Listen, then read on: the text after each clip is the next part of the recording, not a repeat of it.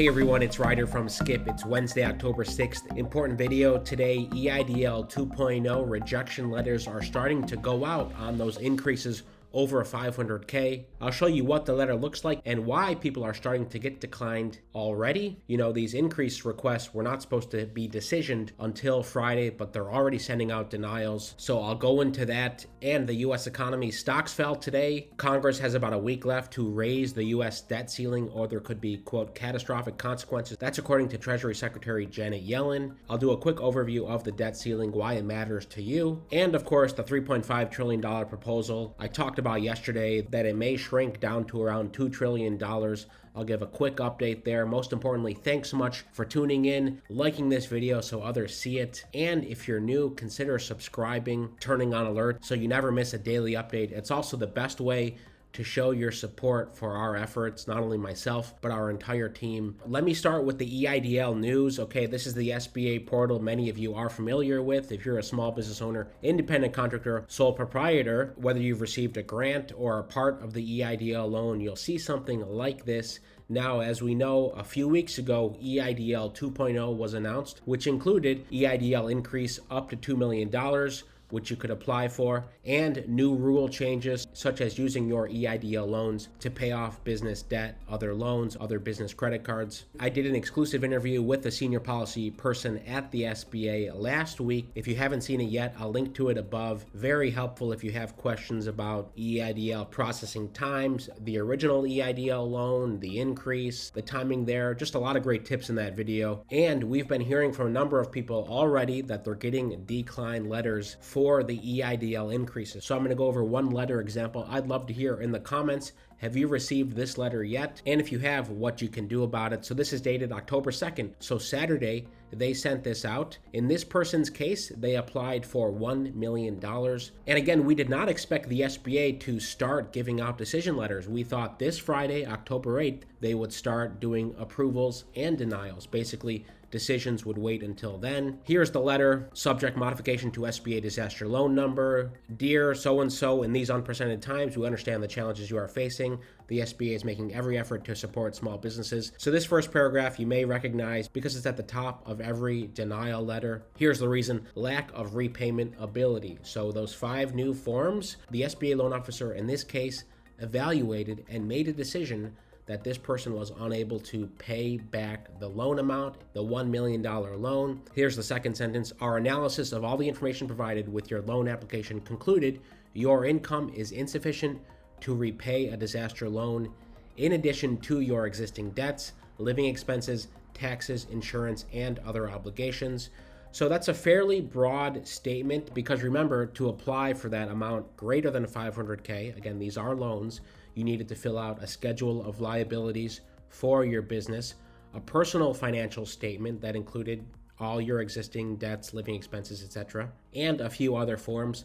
But the schedule of liabilities, personal financial statement, and of course, if you have business real estate, those are the 3 big ones. If you've gotten this and you've seen something different, I'd love to know. Of course, like the original EIDL loans, you can apply for reconsideration. So if you disagree with the decision in this case, same thing, you can go to pdcrecons@sba.gov.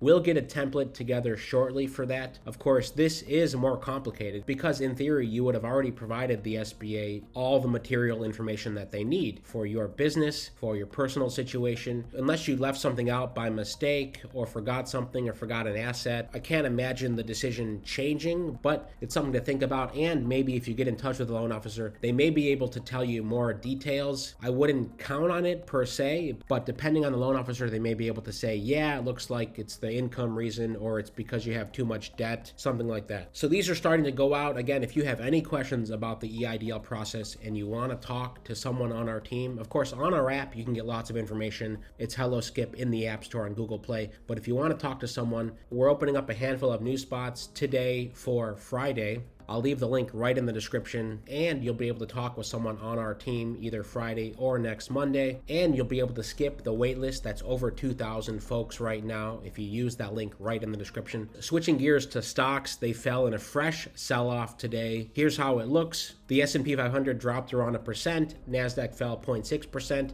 Dow Jones fell 0.9%. The stock market's been up and down all week, so I'm not going to belabor the point there. This is typical. But I do want to briefly talk about the debt ceiling. The Wall Street Journal put up a great piece that explains basically what's happening. Congress decides on a debt limit. Congress can approve new spending, such as the $900 billion bill in December, the spring bill that Biden signed. Congress can approve all that spending, but the Treasury Department has to be able to make those payments. And to do that, they issue debt in the form of government securities. So here's a nice diagram here. Basically, to cover the deficits, the Treasury Department borrows money by issuing new debt in the form of government securities. The debt is like a loan. Investors trade cash for a promise that the government will pay them back with interest, and that loan is added to the total national debt. Congress has imposed a limit on the amount the Treasury can borrow, known as the debt ceiling. As I just mentioned, when lawmakers authorize new spending, the ceiling isn't automatically increased. So that's what Congress needs to agree on. There's a lot of back and forth. Here's the concern right here in yellow, and this is what Janet Yellen warned about. If the government runs out of cash,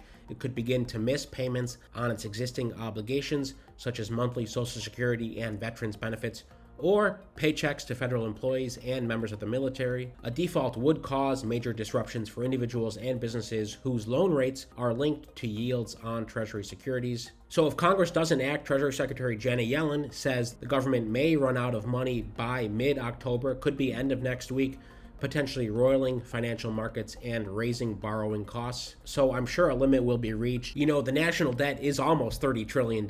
So you can see Congress keeps going it up. I think from the Republicans' perspective, they want to make it known that, look, you can't just raise the debt ceiling and have unlimited spending forever. So that is why there's a lot of this back and forth now on when and how this debt ceiling will be raised. Meanwhile, Democrats wrangle over how to shrink the $3.5 trillion proposal. Joe Manchin, Kyrsten Sinema have held strong in their positions and basically will not come close to the $3.5 trillion. They would approve something maybe around $2 trillion. That's the thinking.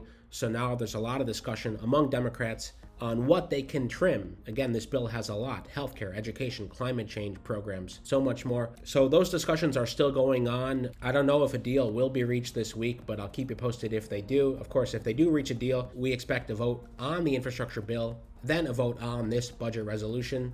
Most importantly, thanks so much for tuning in, liking this video so others see it. We're going to put a copy of this denial letter for EIDL loans on our app. We'd love to hear from you. If you're starting to get these, drop it in the comments. And our entire team is at it to try to eliminate the spammers and scammers in the comments. It's really out of control. Just a reminder, do not message anyone in the comments, whether that's via WhatsApp, Instagram, anywhere else. If you want support, have questions outside of YouTube, you can check on our app, on our website, or use the invite link in the description to get one-on-one help, to book a time to talk with one of us. Most importantly, stay well, stay healthy, and I'll see you tomorrow.